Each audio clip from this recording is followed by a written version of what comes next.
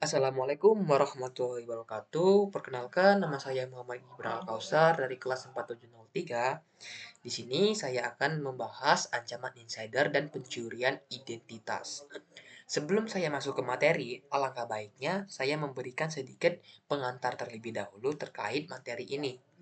Yang dimana di era digital seperti sekarang, keancaman terhadap keamanan informasi itu tidak hanya datang dari luar saja, tetapi juga berasal dari dalam organisasi itu tersendiri.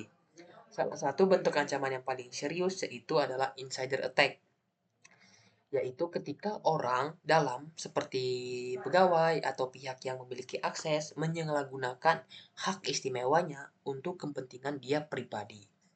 Selain itu, ada juga kejahatan yang menyerang secara lebih personal, yaitu identity thief atau pencurian identitas.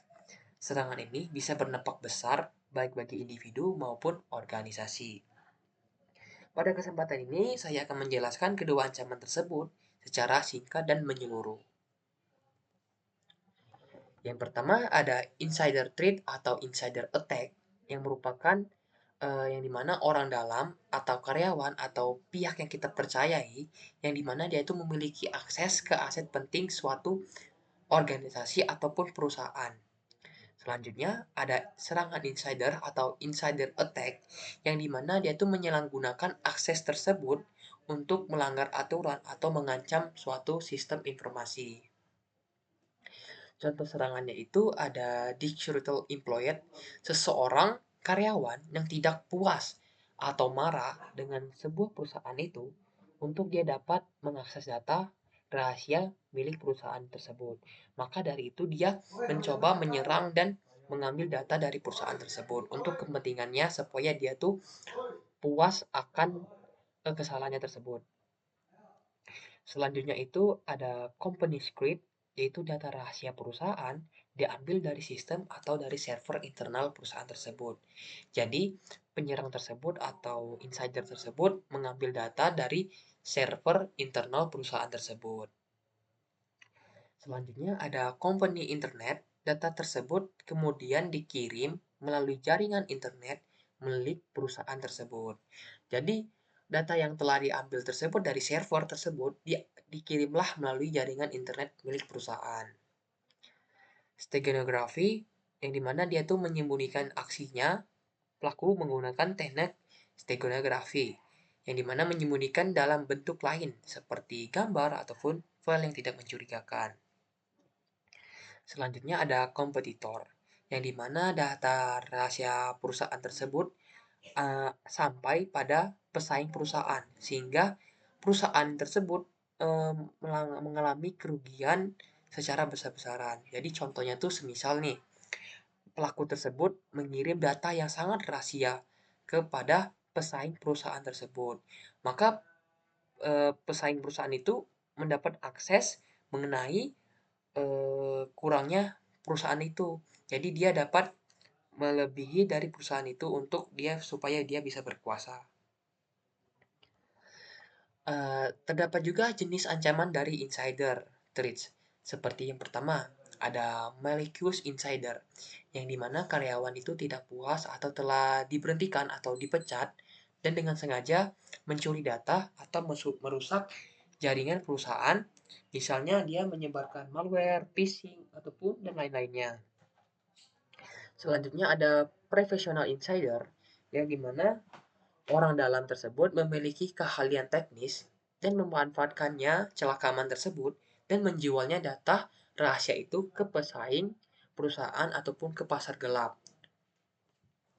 Selanjutnya ada neglect insider, yang dimana karyawan itu tidak sadar akan ancaman keamanan atau sengaja mengabaikannya demi efisiensi kerja sehingga membahayakan sistem, yang dimana dia tuh tidak peduli terhadap data dari perusahaan miliknya sendiri, melainkan dia malah membebaskan ataupun tidak melakukan keamanan lah untuk mencegah data itu. Selanjutnya ada confirmation insider, yang dimana orang dalamnya memiliki akses penting tetapi telah diretas atau dimanfaatkan oleh pihak luar. Yang dimana kita sering sebut itu merupakan ancaman eksternal lah, terhadap perusahaan tersebut. Mengapa serangan insider itu sangat efektif? Yang pertama, mudah dilakukan oleh orang dalam tersebut karena sudah memiliki akses dan izin. Jadi pelaku itu tidak perlu lagi membobol sistem dari luar, karena dia udah mendapat sistemnya itu dari awal. Yang kedua, sulit dicegah. Sistem keamanannya itu biasanya tuh fokus pada ancaman dari luar saja, bukan dari dalam. Jadi perusahaan yang punya insider itu hanya em, mengamankan sistemnya itu dari luar saja, dari eksternal saja, tetapi dia tidak mengaman dari internal. Jadi itu sangat memudahkan insider itu mencuri data itu karena tidak ada pengaman internal. Ketiga, sulit dibedakan dengan aktivitas biasa. Tindakan berbahaya ini seringkali terlihat seperti pekerjaan, jadi tidak mencurigakan.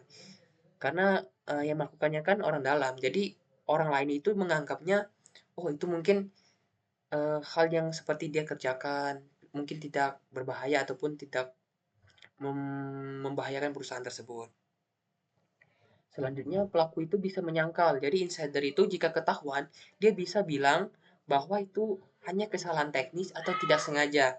Jadi, pelaku itu bisa berbohong ataupun menipu lah pada perusahaan tersebut. Selanjutnya, dia bisa mudah menghapus jejak. Jadi, karena pelaku itu mempunyai sistem internal, sehingga dia itu bisa menghapus bukti dengan cepat. Jadi, orang lain belum tahu bahwa dia melakukan kesalahan tersebut ataupun serangan tersebut, dia bisa langsung menghapus data tersebut dengan mudahnya. Selanjutnya, bisa tidak terdeteksi selama bertahun-tahun. Jadi serangan ini sering baru diketahui itu ketika perusahaan tersebut tuh mengalami kerugian dan butuh biaya besar untuk memperbaikinya.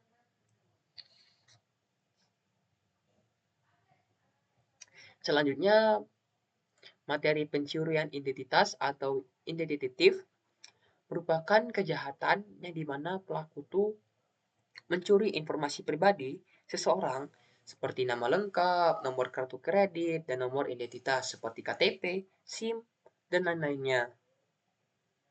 Tujuannya itu entah lain dan bukan, yaitu melakukan penipuan atau kejahatan lainnya. Penyerang bisa menyamar sebagai karyawan suatu organisasi dengan identitas curian untuk mengakses fisik gedung ataupun perusahaan dalam mencuri data penting atau merusak sistem dari dalam. Pelaku mencuri identitas korban dengan menggunakannya untuk melakukan berbagai tindakan penipuan.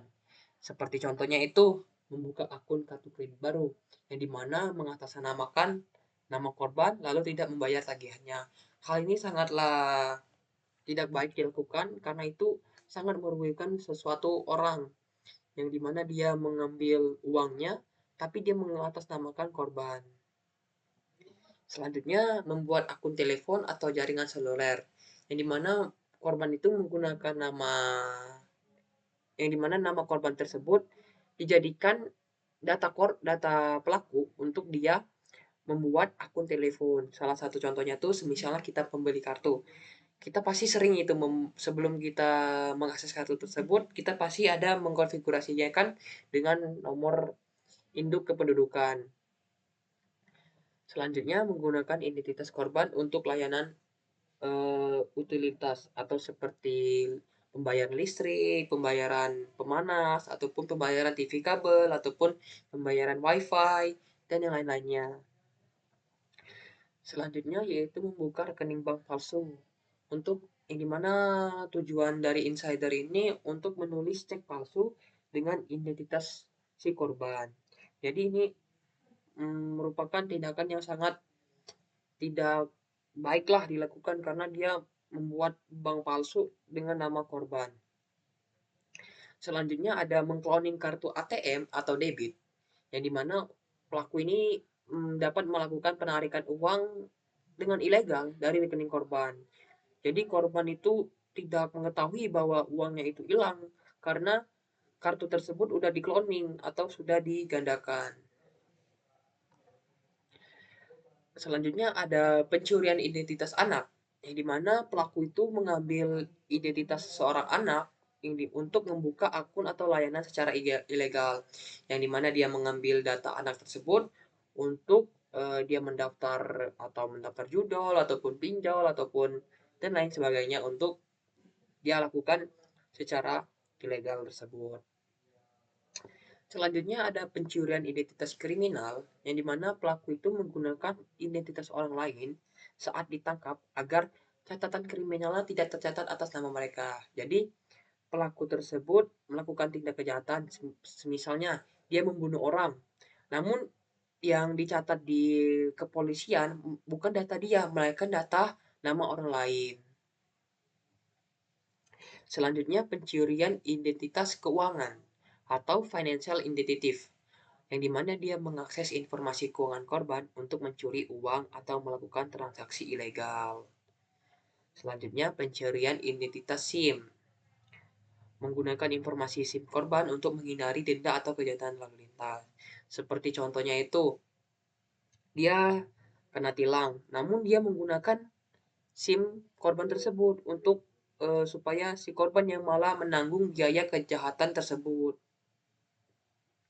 Selanjutnya ada pencurian identitas asuransi, yang dimana dia tuh mengklaim layanan atau manfaat asuransi dengan data orang lain. Jadi korban tersebut dimanfaatkannya untuk dia dapat asuransi seperti asuransi jiwa, asuransi mobil ataupun asuransi kendaraan dan lain sebagainya dengan mengatasnamakan nama korban tersebut. Selanjutnya ada pencurian identitas medis atau medical identity, yang dimana dia menggunakan data medis korban untuk mendapatkan perawatan kesehatan atau obat secara ilegal. Seperti contohnya BPJS. Misalnya nih, insider itu mengambil data BPJS si korban untuk mendapatkan perawatan kesehatan atau obat secara ilegal dengan secara gratis menggunakan data si korban tersebut. Selanjutnya ada pencurian identitas pajak, yang dimana menggunakan data korban untuk mengajukan pengembalian pajak palsu dan mencuri dana, yang dimana korban itu akan mengambil atau membuat sebuah pajak palsu atas nama korban tersebut. Selanjutnya ada cloning atau dan penyembunyian identitas, yang dimana pelaku itu menjalani kehidupan penuh dengan identitas curian untuk menghindari hukum. Jadi pelaku itu mengambil data korban untuk supaya dia tuh terhindar dari kejahatan, bukan kejahatan, terhindar dari hukuman dari pengadilan ataupun dari kepolisian. Selanjutnya ada pencurian identitas sintetis, yang dimana dia tuh menggabungkan data palsu dan asli untuk membuat identitas baru yang terlihat sah. Jadi korban itu mengambil data korban yang asli, kemudian dia menggabungkannya dengan data yang palsu. Jadi dia tuh bisa membuat sebuah identitas yang baru dan terlihat sangat sah. Misalnya dia mengambil paspor dan dia menggabungkan paspor tersebut dengan data yang palsu. Selanjutnya ada pencurian nomor jaminan sosial, yang dimana dia menggunakan nomor jaminan sosial tersebut untuk bekerja, mendapat kredit, ataupun tunjangan secara ilegal. Mungkin itu saja untuk terkait materi ancaman insider dan pencurian identitas. Selanjutnya kita akan membahas tindakan penanggulangan social engineering pada video selanjutnya. Sekian, terima kasih. Wassalamualaikum warahmatullahi wabarakatuh.